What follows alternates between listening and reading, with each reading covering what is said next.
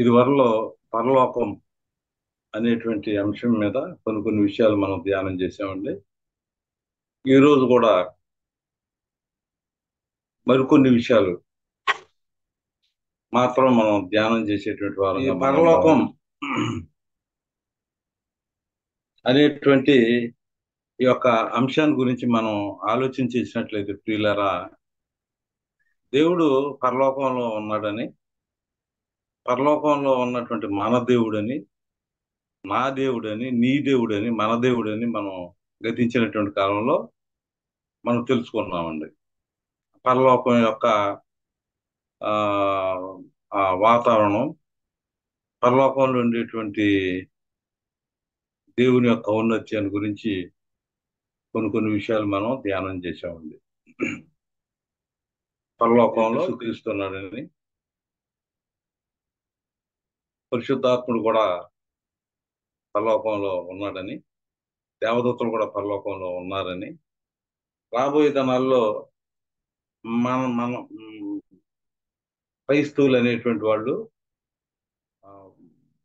వాళ్ళ యొక్క ఆత్మలు కూడా పరలోకంలో ఉంటాయని మనం నేర్చుకున్నాం. అంత మాత్రమే కాదు, సాతాను కూడా సిలువ వరకు కూడా పరలోకంలో ఉన్నాడని, పరలోకంలో ఆ సిలువలో యేసు ప్రభువారు సాతానుతో చేసినటువంటి ఆ యుద్ధంలో ప్రకటన గ్రంథం 12:7, యోహాను రాసిన సువార్త 12:31 సాతాన్ని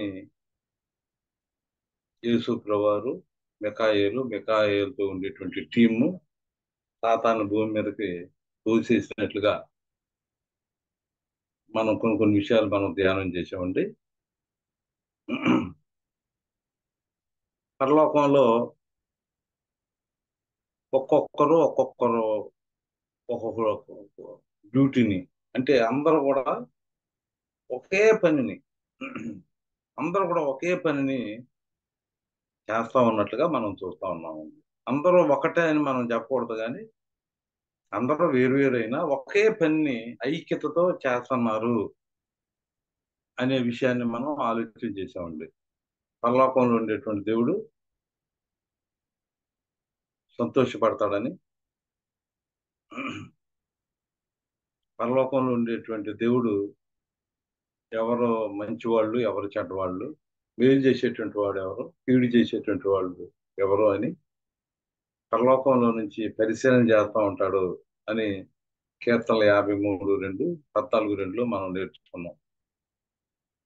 2వ దినవృత్తాంతాల గ్రంథం 16:9 కూడా పరలోకంలో నుంచి దేవుడు ఎవరిని బలపరుస్తామా, ఎవరికి సహాయం చేద్దామా, జ్ఞానం కలిగినటువంటి వాడు ఎవరైనా ఉన్నారా, మేలు చేసేటువంటి కీడు చేసేటువంటి ఎవరిని మనం బలపరుద్దాం అని పరలోకంలో నుంచి పరిశీలన చేస్తా ఉన్నాడు అని మనం నేర్చుకున్నాం.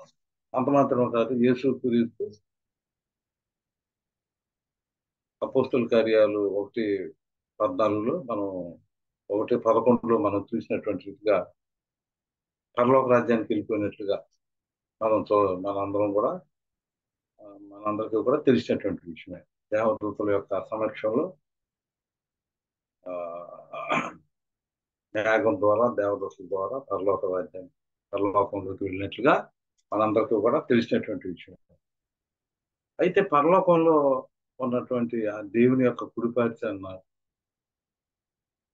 కూర్చుని ఉన్నటువంటి యేసుక్రీస్తు ఏం చేస్తున్నాడంటే, ఇప్పుడు స్థలాలను సిద్ధపడుతూ ఉన్నాడంట మనందరి కోసం.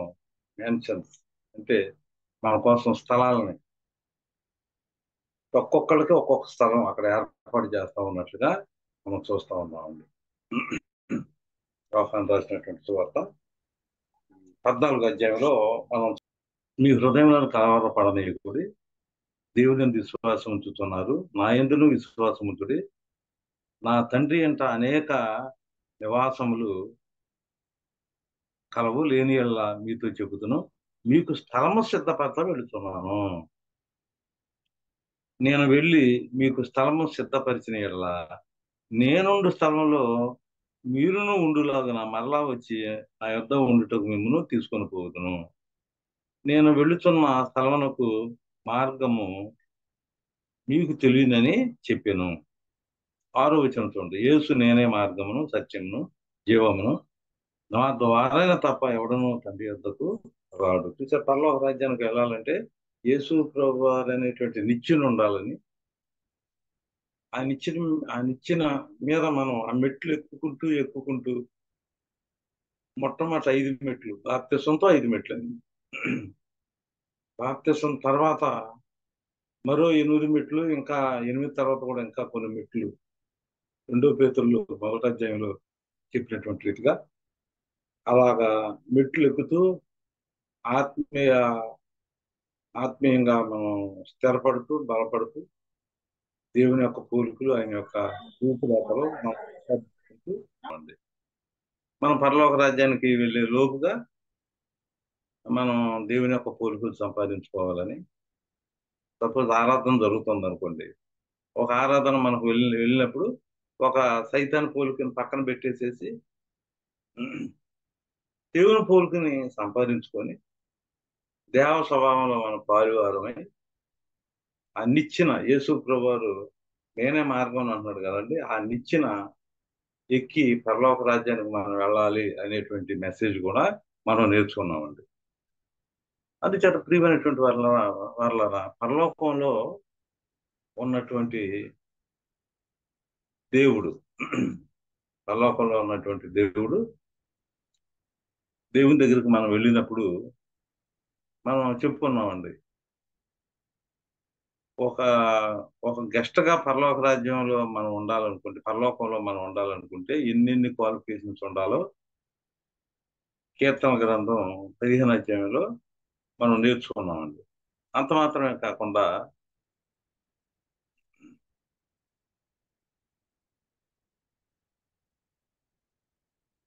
ఈ దేవుణ్ణి మనం దర్శించటానికి అప్పుడప్పుడు ఏదో దర్శించాలి అనేటువంటి దర్శిస్తూ ఉంటాం కదా, ఆ విషయం కూడా మనం మేక 6వ అధ్యాయంలో మనం కొన్ని విషయాలు మనం ధ్యానం చేసామండి.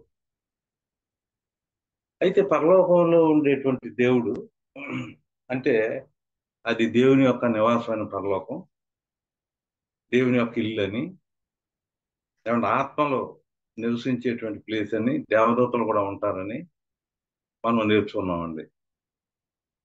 అయితే ప్రియమైనటువంటి వాళ్ళరా, ఆ పరలోకంలో ఉండేటువంటి దేవుడు మనకి ఆ యుగం ఎంబడి యుగం అంటే పితల యుగం, మోషే యుగం, క్రీస్తు యుగం, యుగం ఎంబడి యుగంలో దేవుడు ఏం చేస్తున్నాడంటే మనకు దగ్గర అవుతున్నాడండి. అంటే మనకి ఎక్కువగా అర్థం అవుతా ఉన్నాడు దేవుడు అంటే ఎవరు, ఆయన చిత్తం ఏమిటి, ఆయన సంకల్పంలో ఎన్ని భాగాలు ఉన్నాయి, ఇవన్నీ కూడా మనం క్రమేణా మనం నేర్చుకుంటా ఉన్నాం. పితల యుగంలో దేవుడు సర్వశక్తి కలిగినటువంటి దేవుణ్ణి అన్నట్టుగా మరి అక్కడ తను రుజువుపరుచుకుంటూ ఉన్నట్లుగా మనం చూస్తా ఉన్నాం. అదే రీతిగా నిర్గమాకాండం 20వ అధ్యాయంలో మనం చూసినట్లయితే పితల యుగంలో యెహోవా నామం పేరట కీర్తనలో 111:8లో కూడా మనం చూసినట్లయితే ఆయన నామం పూజింపదగినది. ఆయన యొక్క నామ నామం అంటే ఆయన యొక్క అధికారం గురించి చెబుతూ కొంత దేవుడు ఏంటంటూ కొంత అర్థం చేసుకుంటా ఉన్నాము. తర్వాత 138:2లో కీర్తనలో ఆ నామం కంటే మించినటువంటి దేవుని యొక్క వాక్యం, అది క్రీస్తు యుగంలో దేవుని యొక్క వాక్యం కొన్నటువంటి ఔన్నత్యం. ఆ వాక్యం ద్వారా మనం ఇంకా దేవుని యొక్క మర్మాన్ని, ఏమండి దేవుని యొక్క సంకల్పాన్ని, ఏమండి దేవుని యొక్క మర్మాన్ని ఇంకా విపులంగా మనం నేర్చుకుంటా ఉన్నామని నేను మీతోటి కొన్ని విషయాలు చెప్పడం జరిగిందండి. మనందరూ చేసినటువంటి విషయం 1 కొరింథీ 13వ అధ్యాయము లాస్ట్ మాట అంటూ 12 వచనం కింద మనం చూసినట్లయితే అక్కడ మనం పరలోక రాజ్యంలోకి వెళ్ళిన తర్వాత దేవుని మనం ముఖాముఖిగా చూస్తామండి. దేవుని మనం ముఖాముఖిగా చూస్తామనే విషయాన్ని మనం మర్చిపోకూడదండి. అయితే ఈ లోకంలో ఎలా చూస్తామండి, మోషే వీపు భాగాన్ని మాత్రమే, వెనక భాగాన్ని మాత్రమే కొంతే చూడగలిగాడు. 33 వచనం నిర్గమకాండం మనందరికీ తెలిసినటువంటి విషయం. కానీ పరలోక రాజ్యంలోకి మనం వెళ్ళిన తర్వాత ఆయన ముఖాముఖిగా చూస్తాము. మొదటి యోహాను 3:1-3 కూడా మనం చూస్తా ఉన్నాం. అప్పుడు ఆయనలాగా మనం ఉంటాం. అంటే మనం వెళ్ళిపోయే లోపుగా ఆయనలాగా మనం తయారవ్వాలి. ఆయన కోరికలు సంపాదించుకోవాలి. 2 Peter 1 నేను చెప్పినటువంటి రీతిగా ఆయన రూపురేఖలు సంపాదించుకోవాలి. ఆయన నైజం, ఆయన దేవ స్వభావాన్ని మనం సంపాదించుకునేటువంటి వారంగా మనం ఉండాలి. ఆ రీతిగా అక్కడ ముఖాముఖిగా చూస్తా ఉంటాండి. ఈ లోకంలో ఈపు కనపడద్దు అంతవరకు దేవుని యొక్క ఈపుని చూడగలిగాడు మూర్తి. అక్కడ ఏమన్నా పూర్తిగా ఎరుగుదు అంట. అక్కడ నేను చెప్పేది ఏంటంటే, పితల యుగంలో కొంత తెలుసుకున్నాము దేవుడి గురించి. మోషే యుగంలో ఆయన నామం 6:6లో కూడా నిర్మకాండంలో చెప్పాడా, నేను సర్వశక్తి గల దేవుణ్ణి, ఆయన నామాన్ని బట్టి అలాగే నేను తెలుపుకోలేదు అన్నాడండి నిర్మాకాండం 6:6లో. కానీ నిర్గమాకాండం 20వ అధ్యాయంలోకి వచ్చేసరికి 101:6 కీర్తనలో చూసేసరికి ఆయన యొక్క నామం పూజింపదండి. 138 ఆ నామానికంటే మించింది దేవుని యొక్క వాక్యం. అది క్రీస్తు యుగంలో.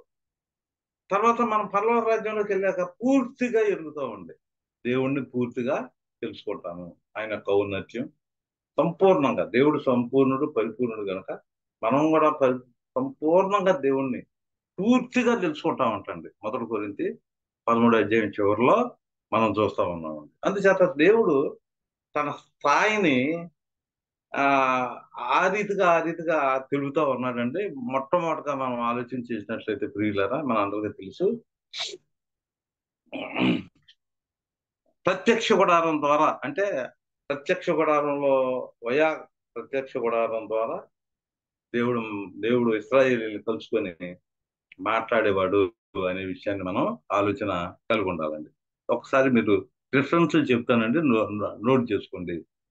పూర్వకాలంలో దేవుని మనం కలుసుకోవాలనుకుంటే మనం డైరెక్ట్ గా పరలోక రాజ్యంలోకి వెళ్ళలేము కనుక ప్రత్యక్ష గుడారంలో, అంటే 25-22 చూడండి. నిర్మాకాండం కాస్తంత దగ్గర అవుతున్నాడు అన్నట్టు మనకి.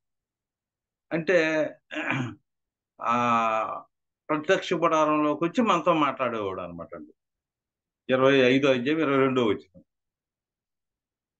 అక్కడ నేను అంటే ప్రత్యక్ష గుడారంలో నేను నిన్ను కలుసుకొని కరుణాపీఠము మీద నుండి శాసనములు గల మందిరము మీద మందసం మీద శాసనములు గల మందసం మీద నుండు 2 కెరూబుల మధ్య నుండి నేను ఇశ్రాయేలీయుల నిమిత్తము మీకు ఆజ్ఞాపించు సమస్తమును మీకు తెలియజెప్పేదను.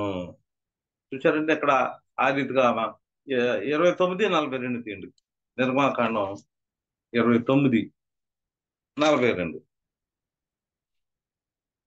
ఇక్కడ కూడా ప్రత్యక్ష గుడారంలోనే మనం కలుసుకుంటాం అనే విషయాన్ని మనం ఆలోచన చేస్తా ఉన్నాం.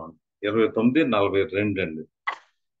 ఇది యెహోవా సన్నిధిని సాక్ష్యపు గుడారం యొక్క ద్వారం వద్ద మీ తరతరములకు నిత్యముగా అర్పించు దహన బలి. నేను నీతో మాట్లాడటకు నేను అక్కడికి వచ్చి మిమ్మల్ని కలుసుకుందును. అక్కడికి వచ్చి ఇశ్రాయేలును కలుసుకుందును. అది నా మహిమ వలన పరిశుద్ధపరచబడును. నేను ప్రత్యక్ష గుడారమును బలిపీఠమును పరిశుద్ధపరిచెదను. నా యాజకులగునట్లు అహరోనును అతని కుమారులను పరిశుద్ధపరిచెదను. నేను ఇశ్రాయేలు మధ్య నివసించి వారికి దేవుణ్ణై యుందును. ఇక్కడ కాస్తంత ప్రత్యక్ష గుడారం ద్వారా దేవుడు కొంత సమీపస్తుడవుతా ఉన్నట్లుగా, ప్రజలకి సమీపస్తుడవుతా ఉన్నట్లుగా మనం చూస్తా ఉన్నాం. 30వ అధ్యాయం 6వ వచనం చూడండి త్వరగా. 30వ అధ్యాయం అండి 6:36 అండి. 30వ అధ్యాయం 6వ వచనం చూడండి దయచేసి. సాక్ష్యపు మందసం వద్ద నుండి అడ్డుతెర ఎదుట అనగా శాసనముల మీది కరుణాపీఠం ఎదుట నీవు దాన్ని ఉంచవలెను. అక్కడ నేను నిన్ను కలుసుకుందును. అహరోను ప్రతిదినము ప్రొద్దున దాని మీద పరిమళ ద్రవ్యము ధూపము వేయవలను. అతడు ప్రదీపములను చక్కపరుచున్నప్పుడు దాని మీద ఆ ధూపము వేయవలను. చూసారు ఇక్కడ తరబడినటువంటి వాక్యంలో. మరి 36 కూడా చూసినట్లయితే 30వ అధ్యాయం 36వ వచనం అండి. దానిలో కొంచెము పొడి చేసి నేను నిన్ను కలుసుకొని ప్రత్యక్ష గుడారంలోని సాక్ష్యపు మందసము నిదుట దాన్ని నుంచవలను. అది మీకు అతి పరిశుద్ధముగా ఉండవలను. చూసారు ఇక్కడ దేవుడు మరి ప్రత్యక్ష గుడారం ద్వారా సమీపస్తుడైనట్లుగా అక్కడ కలుసుకొని మాట్లాడతాం. ఆ రీతిగా కొద్దిగా దగ్గరైనట్లుగా మనం చూస్తా ఉన్నాం. ఇక్కడి నుంచి ప్రత్యక్ష గుడారం తర్వాత దేవాలయం, సొలొమోను కట్టినటువంటి దేవాలయం, దానిలో దేవుడు నివసించినట్లుగా మనం చూస్తా ఉన్నామండి. ఆకాశంలో ఆకాశ నివాసి అయినటువంటి దేవుడు ఆ దేవాలయంలో తన మనసు ఉంచినట్లుగా, ఎవరైతే ప్రార్థన అటువైపు చూసి ప్రార్థన చేస్తారో వాళ్ళ ప్రార్థన ఆలకిస్తూ ఉన్నట్లుగా మనం చూస్తా ఉన్నామండి. మొదటి రాజుల గ్రంథం 8వ అధ్యాయం 30 వచనం అండి. మొదటి రాజుల గ్రంథం 8వ అధ్యాయం 30 వచనం.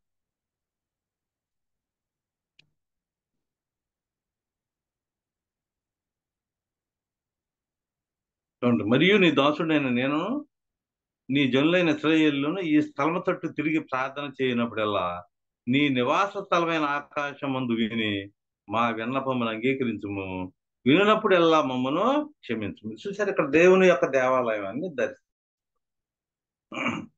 దేవుని యొక్క దేవాలయాన్ని దర్శించటం అంటే సంవత్సరానికి 3 సార్లు ద్వితీయోపదేశకాండం 16 చెప్పినటువంటి ఇదిగా 3 సార్లు యెరూషలేము వెళ్ళి ఈ దేవాలయం చూడటానికి అక్కడికి వెళ్ళాలి. ఆడవాళ్ళు వెళ్ళడానికి లేదు. ఇటువంటి పరిస్థితి అనమాట అండి. దేవుని నివాసస్థలం పరలోకంలో ఉన్నప్పటికీ కూడా ఏ మనుషులైనా సరే సున్నత పొందినటువంటి వాళ్ళు ఈ దేవాలయం తట్టు తిరిగి ప్రార్థన చేస్తే దేవుడు ఆ ప్రార్థన ఆలకిస్తా ఉన్నట్లుగా మనం చూస్తా ఉన్నామండి. అంటే కాస్తంత దేవుడు ఇంకా సమీపస్తుడు అవుతా ఉన్నట్లుగా మనం చూస్తా ఉన్నామండి. ఇదే విషయం దయచేసి నేను మీతో కీర్తనలో 84:2 ఇంకా పరలోకంలో ఉండే దేవుడు కాస్తంత ఇంకా కొద్దిగా పితల యుగంలో కాస్తంత సర్వశక్తివంతుడుగా, అంటే అక్కడ తెగుళ్ళని సూచక్రియలు మహత్కార్యాలు చేసి ఆ దేవుడు అర్థమయ్యే రీతిగా, అంటే అక్కడ కుటుంబానికి యజమానుడు తండ్రి అక్కడ మధ్యవర్తి దేవుడికి కుటుంబానికి, జాతికి మధ్యవర్తి మోసే, దేవుడికిను ఒక జాతికి ఇశ్రాయేలీయులు. అది మోసే యుగం. క్రీస్తు యుగం అంటే ప్రపంచమంతా కూడా ఆ దేవుడికి ప్రపంచంలో ఉండేటువంటి అన్ని దేశాలకి కూడా సర్వలోక మానవాళికి యేసు ప్రభువు మధ్యవర్తి అనే విషయాన్ని మనం ఆ రీతిగా మనం అర్థం చేసుకోవాల్సినటువంటి వారుగా మనం ఉందాం. 20 కీర్తనలో 84వ అధ్యాయంలో దేవుని మందిరాన్ని దర్శించటం ఏంటో ఇక్కడ రాయబడినట్లుగా మనకు లోక 6వ అధ్యాయంలో దర్శిస్తున్నారు కదా, చెప్పాను మీకు. లోక 6వ అధ్యాయంలో అదే మేక 6వ అధ్యాయంలో మరి అక్కడ కొంతమంది దేవుని దర్శించి కొన్ని మాటలు వారి యొక్క భక్తిని అక్కడ కనపరుస్తా ఉన్నట్లుగా, దేవునికి కొన్ని బలులు ఇస్తామని, ఆ జ్యేష్ఠ కుమారుని ఇస్తానని, నదులంత తైలాన్ని నేను ఇస్తానని అక్కడ మనం చదువుకుందామండి. ఇప్పుడు మనం అక్కడికి వెళ్దామండి.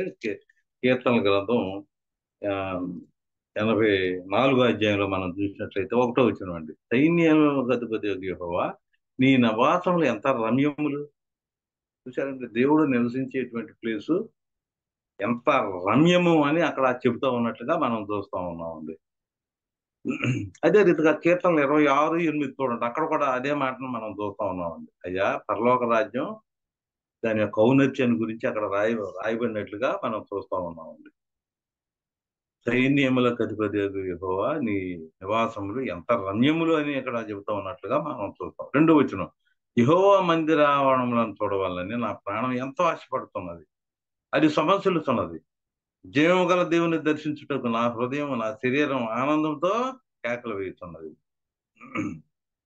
ఈ రీతిగా దేవుని దర్శించటం ఎలాగా? అప్పుడప్పుడు కొంతమంది దర్శించేటువంటి వారుగా ఉన్నారు, కొంతమంది అతిథిగా, దేవుని దగ్గర అతిథిగా మేము ఉండేటువంటి వాళ్ళకి ఆ క్వాలిఫికేషన్స్ ఏంటో కూడా మనం కీర్తనలు 15వ అధ్యాయంలో మనం చదువుకున్నామండి. అదే విధంగా కీర్తనలు 26:8 కూడా మనం చూస్తే మందిర నివాసం, యెహోవా మందిర నివాసము నీ తేజో మహిమ నిలుచు స్థలమును నేను ప్రేమించుతున్నాను. అక్కడ దావీదు రాజు గారు చెబుతా ఉన్నట్టుగా మనం చూస్తా ఉన్నాం. దావీదు చెబుతా ఉన్నట్లుగా మనం చూస్తున్నాం. యెహోవా మందిర నివాసము, నీ తేజో మహిమ నిలుచు స్థలమును నేను ప్రేమించుచున్నాను. అంటే దేవుడు నివసించేటువంటి స్థలాన్ని, దేవుడు ఆ పరలోకంలో ఉన్నాడు కదా, ఆ దేవుణ్ణి నేను ఎంతగానో ప్రేమిస్తున్నాను అని అక్కడ దావీదు గారు చెబుతూ ఉన్నట్లుగా మనం చూస్తూ ఉన్నామండి. కొలస్సీలకు రాసినటువంటి పత్రిక 1:10 కూడా మనం ఆలోచించేసినట్లయితే, తేజోవాసుల తేజోవాసుల పరిశుద్ధుల స్వాస్థ్యములో పాలువారు అవటానికి మరి దేవుడు మనల్ని పాత్రులుగా చేశాడండి. చూశారండి అక్కడ తేజోవాసుల అంటే అక్కడ దేవదూతలు ఉండేటువంటి దేవదూతలు ఉండేటువంటి ఆ తేజోవాసుల పరిశుద్ధుల ఆ స్వాస్థ్యంలో ఉండటానికి దేవుడు మనం ఏం చేశాడంటే, అన్ని క్వాలిఫికేషన్స్ నేను మీతో చెప్పాను కదా, అవన్నీ కూడా మనం సంపాదించుకుంటే మనం పాత్రులుగా చేస్తాడు పరలోక రాజ్యంలో ఉండటానికి అనే విషయాన్ని నేను మీతోటి మనవి చేసుకుంటా ఉన్నానండి. చూడండి అక్కడ యెహోవా ఆ మందిరాన్ని గురించి మనం సీయోను మందిరాన్ని గురించి మనం ఇంకా ఆలోచించేద్దాం. 132:12 యెహోవా సత్య ప్రమాణము దావీదుతో చేశాను, ఆయన మాట తప్పని వాడు.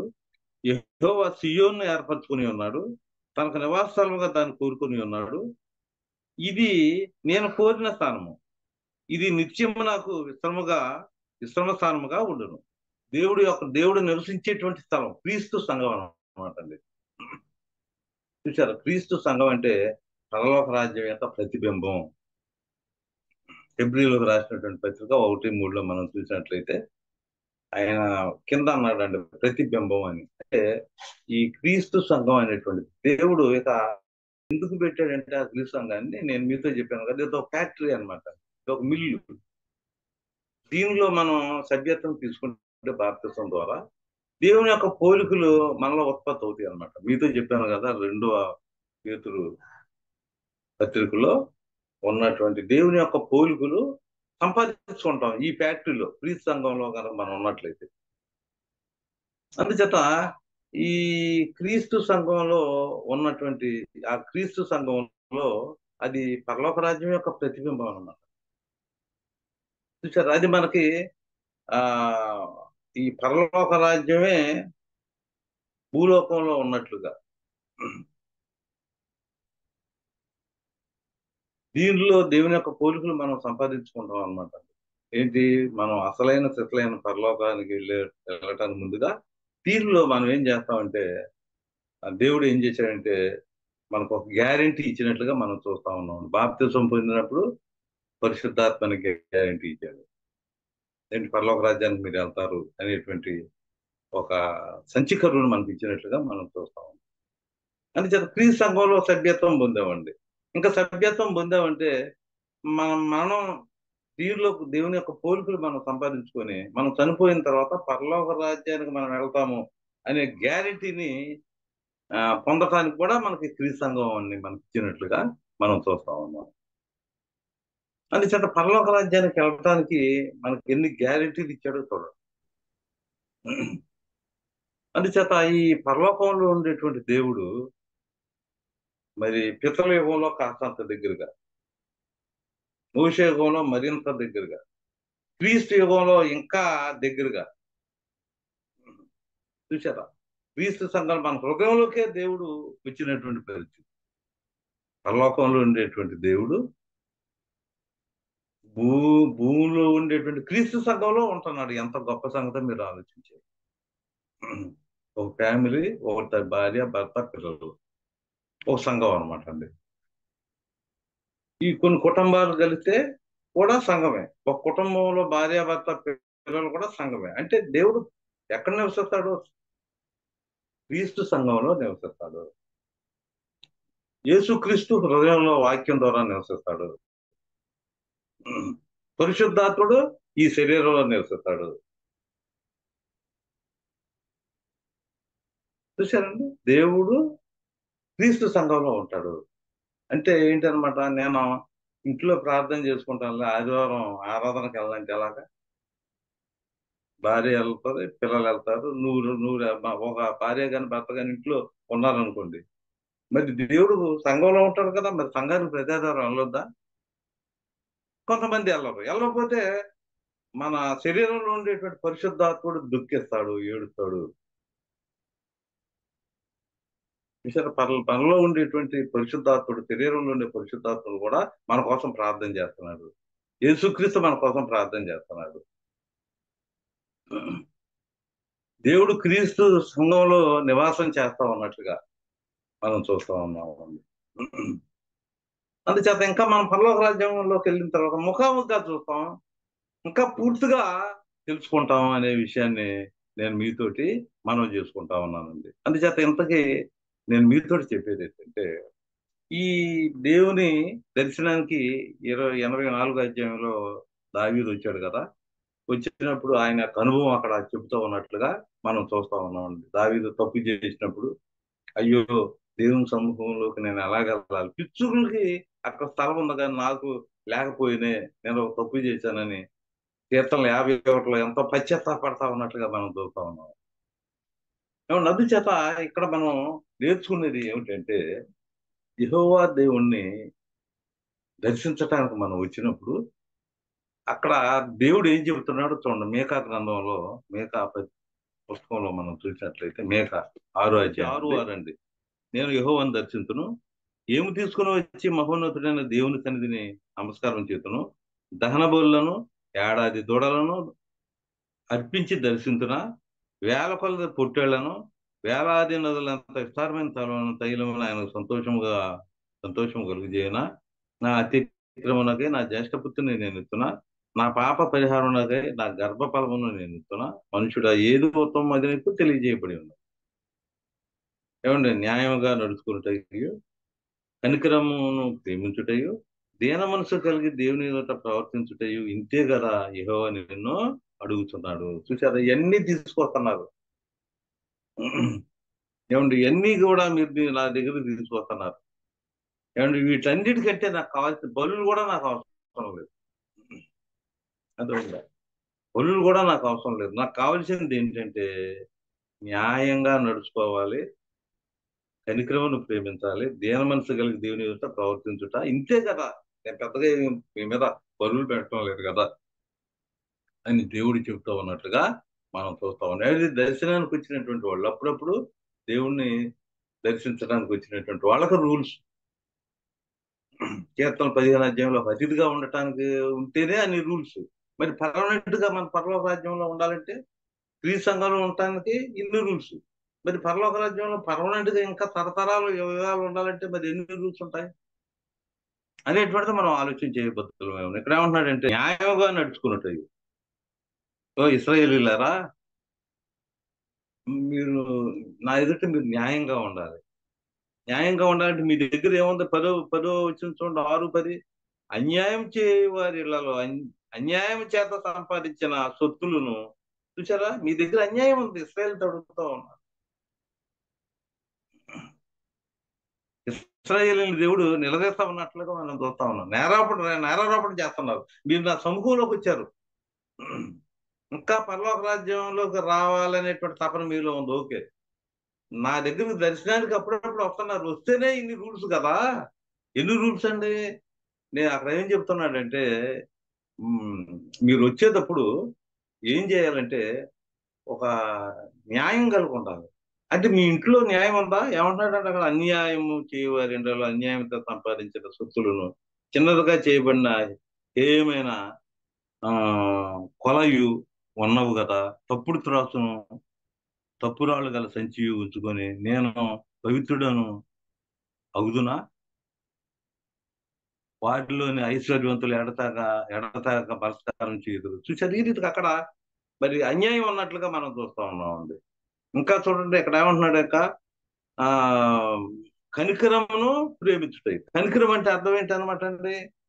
18 వచ్చిన చూడండి, 7-18. తన స్వాస్థ్యంలో శేషించిన వారి దోషమును పరిహరించి వారు చేసిన అతిక్రమముల విషయమై వారిని క్షమించు దేవుడు అయిన నీతో సముడైన దేవుడు ఉన్నాడా? ఆయన కనికరం చూటి యందు సంతోషించువాడు, ఆయన నిరంతరము కోపం వచ్చాడు. 20 వచనం చూడండి దయచేసి. పూర్వకాలంలో నీవు మా పితరులైన అబ్రహాము యాకోబులకు ప్రమాణం చేసిన సత్యమును కనికరమును నీవు అనుగ్రహింతువు. చూసారు ఇక్కడ, కనికరం అంటే క్షమించేటువంటి గుణం. 18వ వచనంలో తన స్వాస్థ్యంలో శేషించిన వారి దోషమును పరిహరించి వారు చేసిన అతిక్రమణ విషయం వారిని క్షమించు దేవుడైన నీతో తమ్ముడైన తమ్ముడైన దేవుడు ఉన్నాడా. చూసారు, దేవుడు క్షమించేటువంటి వాడు. చూసారు, కనికరం అంటే మరి ఆ, క్షమించటం అనమాట అండి. అంటే ఇతరులు మనం దేవుడు మనం క్షమించినట్లుగా ఇతరులు మనం క్షమించాలి. చూసారైతే న్యాయం అంటే ఏంటో ఇది వరకు కూడా మేము మీతో చెప్పాను. తల్లిదండ్రులు మనం గౌరవించాలి. మొదటి తిమోతికి 5:4. ఇన్ రిటర్న్ తల్లిదండ్రులు కూడా మనం బాగా చూసుకోవాలనే విషయం కూడా న్యాయం, అది న్యాయం అని. మరి ఎందుకంటే మన చిన్నపిల్లవాళ్ళుగా ఉన్నప్పుడు వాళ్ళు మనల్ని బాగా చూసుకున్నారు. వాళ్ళు ముసలోళ్ళు అయినప్పుడు అంటే వాళ్ళు ఇంకా ముసలోళ్ళు అంటే చిన్నపిల్లలు, వాళ్ళని కూడా మనం ఎలా చూసుకోవాలి న్యాయంగా. ఇన్ రిటర్న్ వాళ్ళని కూడా ముసలితనంలో ఎంత ప్రేమతో చూసుకోవాలనే విషయాన్ని నేను మీతో ఇదివరకే మనవి చేసుకున్నాను.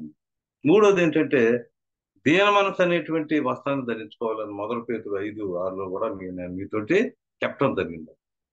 అందుచేత ఇశ్రాయేలీలు ఇవన్నీ కూడా దేవుడికి కావాల్సినటువంటి బలులు, దేవుడికి కావాల్సినటువంటి కొన్ని కొన్ని నైవేద్యాలు, ఇవన్నీ కూడా ఆ, అన్ని కూడా దేవుడి దగ్గరికి తీసుకొని వస్తే దేవుడు ఏమంటున్నాడంటే, ప్రియమైనటువంటి వాళ్ళ 6వ అధ్యాయం ఏంటి, 6వ అధ్యాయము, 6వ అధ్యాయము 2వ వచనం చూడండి. తన జనుల మీద యెహోవాకు వాద్యము కలదు, ఆయన ఇశ్రాయేలు మీద వాద్యం ఆడుతున్నాడు. నిత్యములై భూమికి పునాదులుగా ఉన్న పర్వతములారా, యెహోవా యెహోవా అనేటువంటి వాద్యాన్ని ఆలకించుడి. చూసారంటే అక్కడ దేవుడు ఏమంటున్నాడు, మీకు నాకు మధ్య వివాదం ఉందంటున్నాడు అండి. విస్తారమైనటువంటి తైలం, ఏమండి వేల కొలది పొట్టేళ్ళు, దహన బలులు, ఏమండి విస్తారమైనటువంటి తైలం, జ్యేష్ఠపుత్రుడు, ఇవన్నీ నా దగ్గర తీసుకొస్తున్నారు. మంచిదే, ఇవన్నీ నాకు అవసరంలా, బలుడు అవసరంలా. నాకు కావాల్సింది ఏంటంటే న్యాయం, కనికరం, దీన మనసు. 1 పేతురు 5:5-6 చెప్పినటువంటి ఆ వస్త్రం మనం ధరించుకోవాలి. దీన మనసు అనేటువంటి వస్త్రం మనం ధరించుకోవాలి. ఇతరులు మనం క్షమించేటువంటి వారంగా ఉండాలి. ఏమండి, న్యాయంగా ఉండేటువంటి వాడే పరలోక రాజ్యానికి అర్హుడు, అన్యాయస్తులు పరలోక రాజ్యంలోకి రారు అని 1 కొరింథీ 6:9 చెప్పినట్లుగా మనం చూస్తాం. మీరు నా దగ్గరకు వచ్చారు, మంచిదే, కానీ మీకు నాకు మధ్య వాయిద్యం ఉంది, మీకు నాకు మధ్య విరోధం ఉంది, నీకు నాకు మధ్య ఏదో కొంత వ్యత్యాసం ఉన్నది, వివాదం ఉంది అని అక్కడ చెప్తా ఉన్నట్లుగా మనం చూస్తా ఉన్నామండి. ప్రియమైనటువంటి వాళ్ళరా, దయచేసి మీరు యెషయా గ్రంథంలో చూద్దామండి. యెషయా గ్రంథం ఇవన్నీ కూడా దేవుని సన్నిధిలోకి ఇటువంటి బలులు, విస్తారమైనటువంటి మరి దహన బలులు, ఏడాది దూడలు, పొట్టేళ్ళు, తైలు, ఇవన్నీ కూడా దేవుడికి ఇస్తానంటున్నారు కదా. అయితే వీళ్ళని దేవుడు ఏమంటున్నాడంటే, యెషయా గ్రంథంలో ఏమంటున్నాడంటే, ఇవన్నీ తీసుకొని నా దగ్గరికి ఎందుకు వచ్చారు మీరు మిమ్మల్ని ఇక్కడ రమ్మంది ఎవరని అడుగుతున్నాడంటే దేవుడు. 11వ వచనం నుంచి యెహోవా సెలవు ఇచ్చిన మాట ఇదే, విస్తారమైన మీ బలులు నాకేలా, దహన బలులను, పొట్టెడును, బావుగా మేపిన దూడల రొవ్వును నాకు వెక్కసమయ్యాను, కోడెల రక్తమందైనను, గొర్రె పిల్లల రక్తమందైనను, మేకపోతుల రక్తమందైనను నాకు ఇష్టం లేదు. నా సన్నిధిని కనపడవాలని, అంటే నా సన్నిధిని మీరు దర్శించాలని, ఏమంటే మీకు 6:6 చెప్పినటువంటి రీతిగా ఏమంటున్నాడంటే, మీరు వచ్చుతున్నారే, నా ఆవరణలను త్రొక్కుటకు మిమ్మల్ని రమ్మన్నవాడెవడు, మీ నైవేద్యం వ్యర్థము, అది నాకు అసహ్యం పుట్టించు దూపార్పణం, దాని నికనం తెగుడి. అమావాస్య, విశ్రాంతి దినమును, సమాజ కోట ప్రకటనం ప్రకటన ప్రకటనమును జరుగుతున్నవి. పాపుల గుంపు కూడిన ఉత్సవమును నేను ఆర్చగలను. పాపుల గుంపులు అంటే మతశాఖల్లో, ఇటువంటి పాపుల గుంపులు ఒక మతశాఖలు ఉత్సవ సమాజమును నేను వార్చగలను. మీ అమావాస్య ఉత్సవములు, నియామక కారణములు అంటే మీ పండగలు నాకు హేయములు, అవి నాకు బాధకరములు, వాటిని సహింపలేక విసిగి ఉన్నాను. మీ చేతులు చాపునప్పుడు మిమ్మల్ని చూడక నా కన్నులు కప్పుకొందును. మీరు బహుగా ప్రార్థన చేసినా నేను వినను. మీ చేతులు రక్తంతో నిండి ఉన్నవి, మిమ్మల్ని కడుక్కొనండి, శుద్ధి చేసుకోండి. మీ దుష్క్రియలు నాకు కనబడకుండా వాటిని తొలగింపుడి. కీడు చేయుట మాని మేలు చేయి నేర్చుకోండి. నేను పరలోకం నుంచి చూస్తుంటే మీరు కీడు చేస్తున్నారు. మేలు చేసేవాడు ఒక్కడ కనపడటంలా. న్యాయమును ఇక్కడ చూసారంటే నేను మీతో చెప్తాను కదా, న్యాయం నేను ఇంతే కదా అడిగేది, కనికరం, దీనమలు. ఇక్కడ ఏమంటాడు న్యాయం, ఇక్కడేమో న్యాయం అన్నాడు, ఏమంటాడు కనికరం అనేటువంటిది 54 అధ్యాయంలో చూద్దామండి. ఇప్పుడు యెషయా గ్రంథం 54 అధ్యాయంలో అక్కడ ఏమంటున్నాడంటే కనికరం. ఇక్కడ ఏమంటున్నా న్యాయంగా విచారించుడు, హింసించబడి వారిని విడిపించుడి. సరే, ఇక్కడ కనికరం చూపించమంటాడు. తండ్రి లేని వారికి న్యాయం తీర్చుడి, విధవాల పక్షంగా వాదించుడి, వాళ్ళ కనికరం చూపించండి. రండి మన వివాదం తీర్చుకుందాము. చూసారు, ఆయన దర్శించడానికి వచ్చినటువంటి వాళ్ళ దేవుడు ఏమన్నాడు, నీకు నాకు మధ్య వివాదం ఉందయ్యా, నీకు నాకు మధ్య విరోధం ఉందయ్యా. ఓ ఇశ్రాయేలీలారా, మీకు నాకు మధ్య విరోధం ఉంది, మీకు నాకు మధ్య వాద్యం ఉంది. 6:3 చెప్పాడు కదా మేక, మీకు నాకు మధ్య ఒక వాద్యం ఉంది, మీకు నాకు విరోధం ఉంది, వివాదం ఉంది, ముందు అట్లా తీర్చుకుందాం రండి, మీరు రండి నా దగ్గరికి. చూసారు, ఇక్కడ ఇక్కడ ఏమంటున్నాడంటే పాత నిబంధనలో మీకు నాకు మధ్య వివాదం ఉంది, వాద్యం ఉంది, వాద్యం ఉంది. 3, 4, 6 ఇది మిగతా 6 అధ్యాయం 3, 4 వాయిద్యం ఉందయ్యా మీకు నాకు, నిలదీస్తున్నాడు ఆయన. ఇక్కడ ఏమంటున్నాడంటే మీకు నాకు మిమ్మల్ని ఎవరు రమ్మన్నారు అసలు నా దగ్గరికి, నా దగ్గరికి మిమ్మల్ని ఎవరు రమ్మన్నారు? ఎప్పుడప్పుడు దర్శించడానికి వచ్చారు. నేను పాపులు గుప్పయ్యా మీరు, నేను ఓర్చుకోలేకపోతున్నాను. నేను మీకు నాకు మధ్య వివాదం ఉందయ్యా, దూరం ఉంది. అందుకనే మనం ఏం చేయాలంటే దేవుని దగ్గర రాజీ పడాలి. ఈ రోజున దాన్ని తిలకించేటువంటి, వీక్షించేటువంటి ప్రతి ఒక్కరు కూడా ఏం చేయాలంటే దేవుని దగ్గరికి రావాలి. ఎలా రావాలి? ఇక్కడ ఏమంటున్నాడంటే మీకు నాకు మధ్య వివాదం ఉందయ్యా. మీ ప్రార్థనలు, మీ ఉపవాసాలు ఏదేదో చేస్తున్నారు, చేతుల్లో బైబిల్ ఉన్నాయి, బాగానే ఉంది. పాటలు పాడితే మీరు బాధ్యాలు, బైబిల్ పుచ్చుకుంటున్నారు మనుషులు కల్పించిన పద్ధతులు. ఏంటండి ఈ అన్యాయం? పాటలు పాడుతున్నారు, మళ్ళీ పాత నిబంధనలో వాయిద్యాలు తీసుకొచ్చి కృపలోంచి తొలగిపోయారు. నేను ఇసిగిపోయానయ్యా. ఈ మందిర ఆవరణాలని తొక్కమని చెప్పింది ఎవరయ్యా? ఇసిగిపోయానయ్యా. చూసారా, నాకు హేయములు అంటున్నాడు, నాకు బాధకరాలు అంటున్నాడు, వాటిని నేను సహింపలేక విసిగి ఉన్నాను అంటున్నాడు. అంటే నేను కన్నులు కప్పుకుంటాను అయ్యా, ఈ ప్రార్థనలు కూడా ఇనేటువంటి పరిస్థితిలో నేను లేనయ్యా. మీకు నాకు మధ్య ఏముంది అంటున్నాడండి, ఒక విరోధం ఉందంటండి, ఒక వివాదం ఉన్నట్లుగా మనం చూస్తా ఉన్నాం. అందుచేత ప్రియమైనటువంటి వాళ్ళ 54 అధ్యాయంలోకి వెళ్ళేసరికి కీర్తనలు అక్కడ కూడా ఒక వివాదం ఉందంటే, ఏంటి ఆ వివాదం? మీరు ప్రార్థనకు వస్తున్నారు, మంచిదే, చాలా దేవునికి మరి చాలా సంతోషపడుతున్నాం, కానీ మీకు నాకు మధ్య వివాదం ఉందని చెప్తా ఉన్నట్టుగా మనం చూస్తా ఉన్నాం. 58:4 అండి, యెషయా గ్రంథం 58:4. మీరు కలహపడుచు, వివాదం చేయొచ్చు, అన్యాయంగా గుద్దులాడుచు ఉపవాసం ఉందురు, మీ కంఠధ్వని పరమన వినబడినట్లుగా మీరు ఇప్పుడు ఉపవాసం ఉండరు. చూసారండి, 28 అధ్యాయంలో మీరు పేదవాళ్ళ విషయంలో కనికరం లేదు మీకు, మీ పనివారి మీద కనికరం లేదు. యజమానులారా, ముష్కర్లేనటువంటి యజమానులారా, మీ పని వాళ్ళ మీద మీకు కనికరం లేదు. ఇక్కడ ఏమంటున్నాడంటే వివాదం ఉంది మీకు నాకు. బైబిళ్ళు ఉన్నాయి, ప్రార్థన చేస్తున్నారు, ఉపవాసం చేస్తున్నారు, అంతా బాగానే ఉంది. 58 అధ్యాయం అంతా కూడా మీరు చదవండి. దిక్కుమాలిన విధవల 8:7 చూడండి. నీ ఆహారం ఆకలిగానటువంటి వారికి పెట్టుటయు, నీ రక్త సంబంధికి ముఖము తప్పింపకుండుటయు, దిక్కుమాలిన పేర్లను ఏంటో చేర్చుకున్నటయు, వస్త్రహీనుడు నీకు కనపడినప్పుడు వారి వస్త్రము ఇచ్చుటయు, ఇదే కదా నాకు ఇష్టమైనటువంటి ఉపమానం. కంట ధ్వని పరమున వినపడినట్లుగా, పరలోకం వినపడాలయ్యా నీ ప్రార్థన. పరలోకాన్ని గురించి చెప్పుకుంటున్నామండి, కానీ ఇక్కడ ఏమన్నాడంటే పరమున, నీ పరలోకంలో నీ ప్రార్థన రావటం లేదయ్యా, నీ ఉపవాస ప్రార్థన పరలోక రాజ్యంలో నీ ఇంటికప్పు దాటం లేదయ్యా, అది చెప్తా ఉన్నాడు.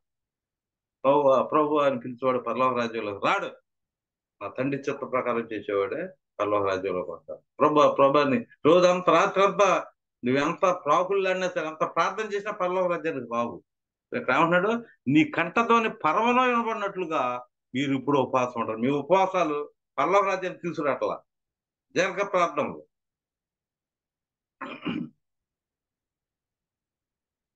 ధర్మశాస్త్రానికి వ్యతిరేకంగా, ధర్మశాస్త్రాన్ని మీరి చేసేటువంటి ప్రార్థనలు వచ్చి మీ ఉపాసన దినంలో మీరు వ్యాపారం చేదురు, మీ పనివారి చేత కఠినమైన పని చేయించుదురు, మీరు కలహపడుచు వివాదం చేస్తూ అన్యాయముగా గుద్దులాడుతూ ఉపవాసం ఉందరు. మీ ప్రార్థనలో మీ భక్తి చూసారా, మీ యొక్క దేవుని దర్శించేటువంటి మీ విధానం, ఇవన్నీ చూస్తుంటే మీ కంఠధ్వని, మీ ప్రార్థన, మీ పాటలు, మీ ప్రసంగాలు, మీ సందేశాలు పరమలో వినపడినట్లుగా, పరలోకంలో వినపడటం లేదయ్యా. నీకు నాకు మధ్య వివాదం ఉంది, జాగ్రత్త.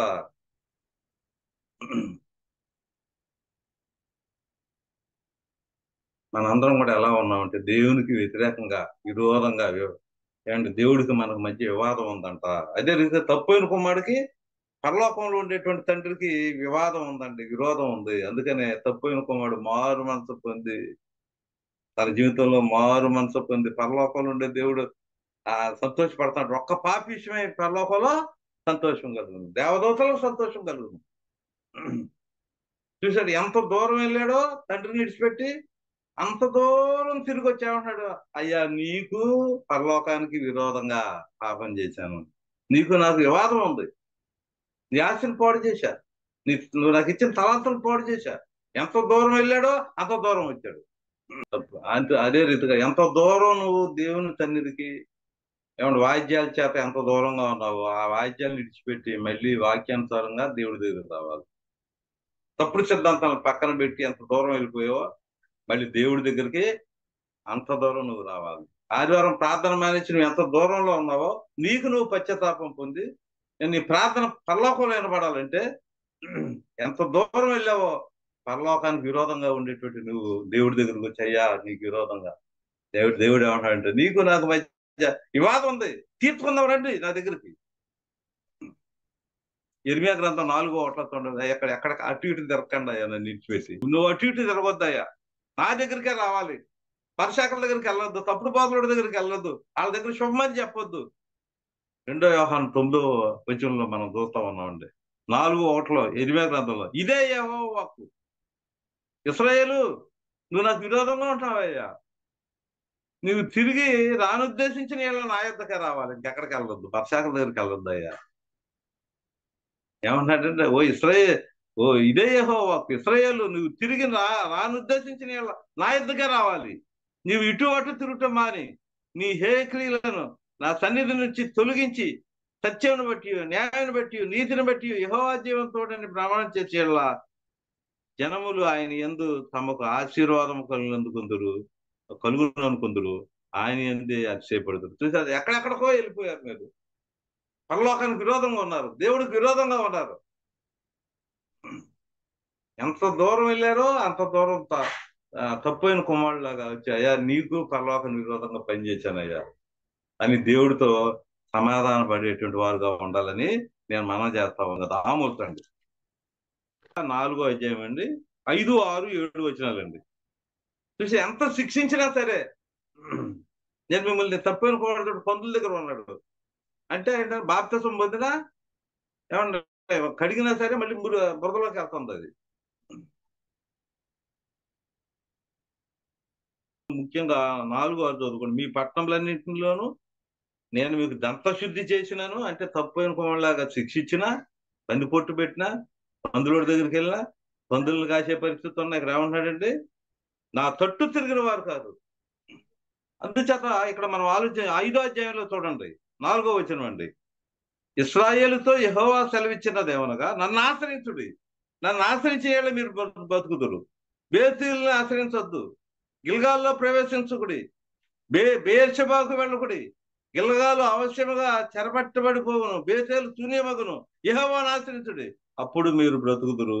ఆశ్రయించిన యెడల బేతేలులో ఎవరును ఆర్పి వేయలేకుండా అగ్ని పడినట్లు ఆయన యోసేపు సంతతి మీద పడి దాన్ని నాశనం చేయను. చూసారు, ఏమంటాడు, అటు ఇటు వెళ్ళొద్దు మీరు, బేర్షెబాకి వెళ్ళొద్దు, గిలగాల్లోకి వెళ్ళొద్దు, గిలగాల్లో ఆలస్యంగా చెరపెట్టను, బేతేలు వెళ్ళొద్దు అంటున్నాడు. యెహోవాను ఆశ్రయించండి తప్పైన కుమారులాగా. ఏమండి మీరు యెహోవాకి విరోధంగా ఉండకుండా వివాదం తీర్చుకోండి. అయితే నా దగ్గరికి ఎన్నెన్నో తీసుకొచ్చారు, బలులు, తైలం, జ్యేష్ఠ కుమారి, ఇవన్నీ నాకు అవసరం, బలు నాకు వద్దు.